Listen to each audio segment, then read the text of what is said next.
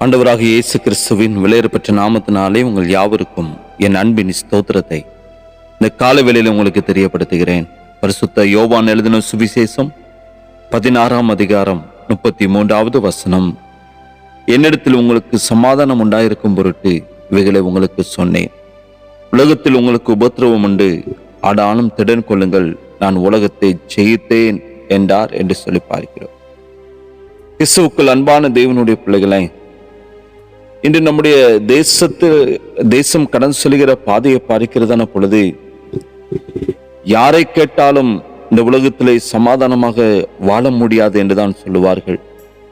நாளுக்கு நாள் ஒவ்வொரு காரியங்களும் நம்முடைய தேசத்தில் நடந்து கொண்டிருக்கிறது. பலவிதமான செய்திகளை நாம் கேட்டுக்கொண்டிருக்கிறோம். அப்படியானால் நாம் சமாதானத்தை இந்த நாட்களில் எங்கே நாடி தேடி கடந்து சென்று கொண்டிருக்கிறோம். உபத்திரவங்கள் பெருகி கிடைக்கிறது. அந்த இடத்தில் மனிதர்கள் சமாதானமாக வாழவே முடியாது. இங்கு ஆண்டவராக இயேசு கிறிஸ்து அவர் சொல்லுகின்றதான பொழுது, என்னிடத்தில் உங்களுக்கு சமாதானம் உண்டாயிருக்கும் பொருட்டு இவைகளை உங்களுக்கு சொன்னேன் என்று சொல்லுகிறார். இங்கே இவைகள் என்று சொன்னால், இதற்கு மேலே உள்ள வேத வசனங்களை நீங்கள் வாசிக்கிறதான பொழுது அங்க பல காரியங்களை அவர் சொல்லிக்கொண்டு வருவதை நாம் பார்க்க முடிகிறது. நீங்கள் எல்லாரும் என்னை தனித்து விட்டு போவீர்கள், ஆனாலும் நான் தனித்திறேன், பிதா என்னோடு கூட இருக்கிறார் என்று அவர் சொல்லுவதை நாம் அங்கு பார்க்கிறோம். ஆண்டவராக இயேசு கிறிஸ்து இந்த உலகத்தில் இருந்த பொழுது அவரும் பல கடினமான பாதைகள் வழியாக அவர் கடந்து சென்றார். அவர் தனித்து விடப்பட்ட நிலைக்குள் அநேக நேரங்களில் தள்ளப்பட்டிருந்தார். அவர் எந்த ஒரு மனிதனை சார்ந்தோ அல்லது தன்னோடு காணப்பட்டதான தன்னுடைய சீடர்களை சார்ந்தோ அவர் காணப்படவில்லை. அவர் எப்பொழுதும் தன்னை அழைத்த, தன்னை தெரிந்து கொண்ட பிதாவையே அவர் சார்ந்திருந்தவராய் காணப்பட்டார். பிதாவினுடைய நோக்கத்தை நிறைவேற்றும்படியாகவே ஆண்டவராக இயேசு கிறிஸ்து இந்த உலகத்திற்கு கடந்து வந்தார். அவர் வாழ்ந்தார்.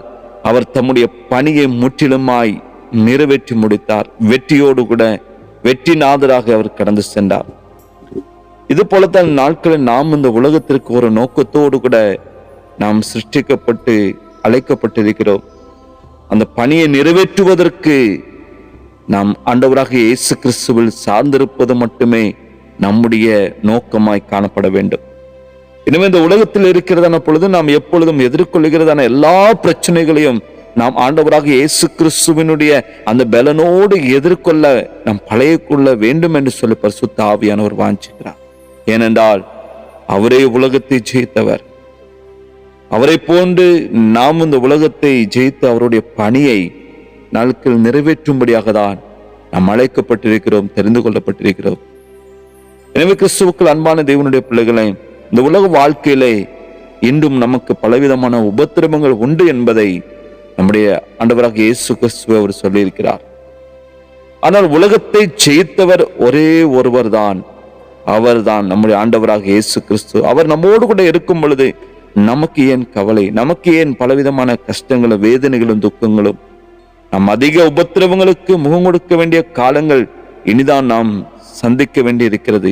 ஏனென்றால் உலகம் உண்டானது முதல் இதுவரைக்கும் சம்பவித்திராததும் இனிமேலும் சம்பவியாததுமான மிகுந்த உபத்திரவம் அப்போது உண்டாயிருக்கும் என்று சொல்ல ஆண்டவராக இயேசு கிறிஸ்துவை சொல்லியிருக்கிறார். ஆனால் நமக்குள் இருக்கிறதான அந்த சமாதானத்தை எந்த ஒரு காரியமே பறித்து விடவே முடியாது. ஏன் என்று சொன்னால், சமாதானத்தின் கர்த்தர், சமாதானத்தின் உறைவிடமாய் காணப்படுகிற நம்முடைய ஆண்டவராக இயேசு கிறிஸ்து அவர் ஒவ்வொரு நாட்கள் நம்மோடு கூட இருக்கிறார். நம்முடைய நேசர் நம்மை பார்த்து திடன் கொள்ளுங்கள் என்று சொல்லுகிறார். அவர் இந்த உலகத்தை ஜெயித்ததை எப்போதும் நாம் நம்முடைய ஞாபகத்தில், நம்முடைய இருதயத்தில் வைத்து கொண்டு நாம் வாழ்வோமானால் வாழ்க்கையில உபத்திரவம் அல்ல, தேவனுடைய சமாதானம் உங்கள் யாவருடைய இருதயத்தையும் முற்றிலுமாய் ஆட்கொள்ளும். சமாதானத்தின் உறைவிடமாய் காணப்படுகிற அவரை சார்ந்து அவருக்கென்று வாழும்படியாய் இந்த காலை பொழுது நம்மை பரிபூர்ணமாய் தாழ்த்துப்போம். தெய்வ கிருபையும் சமாதானமும் உங்கள் யாவரோடு கூட இருப்பதாக ஜெபிக்கலாமா? உங்கள் அன்பின் தகப்பனே, இந்த ஆசீர்வதிக்கப்பட்ட காலை வேளைக்காக நாங்கள் நமக்கு நன்றி செலுத்துகிற ஆண்டவரே. எங்கள் வாழ்க்கையில பலவிதமான உபத்திரவங்களும் பிரச்சனைகளும் போராட்டங்கள் கடந்து வந்தாலும் தகப்பனே, நீர் தம்முடைய வார்த்தையை அனுப்பி எங்களை திடப்படுத்துகிறீர், தேற்றுகிறீர், ஆறுதல் படுத்துகிறீர். அதற்காக நாங்கள் உமக்கு நன்றி செலுத்துகிற ஆண்டவரே. ஒவ்வொரு நாட்களும் நீர் எங்களுக்கு தந்ததான தெய்வீக சமாதானத்தை காத்துக்கொண்டு உமக்கண்டு வாழ தகப்பனே நீங்க யாவருக்கு நீர் கிருபை செய்வீராக. உபத்திரவங்களை கண்டு யாரும் அஞ்சாதவராக அஞ்சாமல் எப்பொழுது ஆண்டவரே தெய்வீக சமாதானத்தினால் நிரப்பப்பட்டவர்களாய் தெய்வ சமூகத்தில் எப்பொழுதும் காத்திருந்து ஜெபித்து தெய்வ கிருபையில பலனை பெற்றுக்கொண்டு உமக்கண்டு வாழ தகப்பன் யாவருக்கு கிருபை செய்யுங்க, ஆசீர்வதிங்க. இயேசுவின் நாமத்தில் ஜெபிக்கிற நல்ல பிதாவே, ஆமேன், ஆமேன்.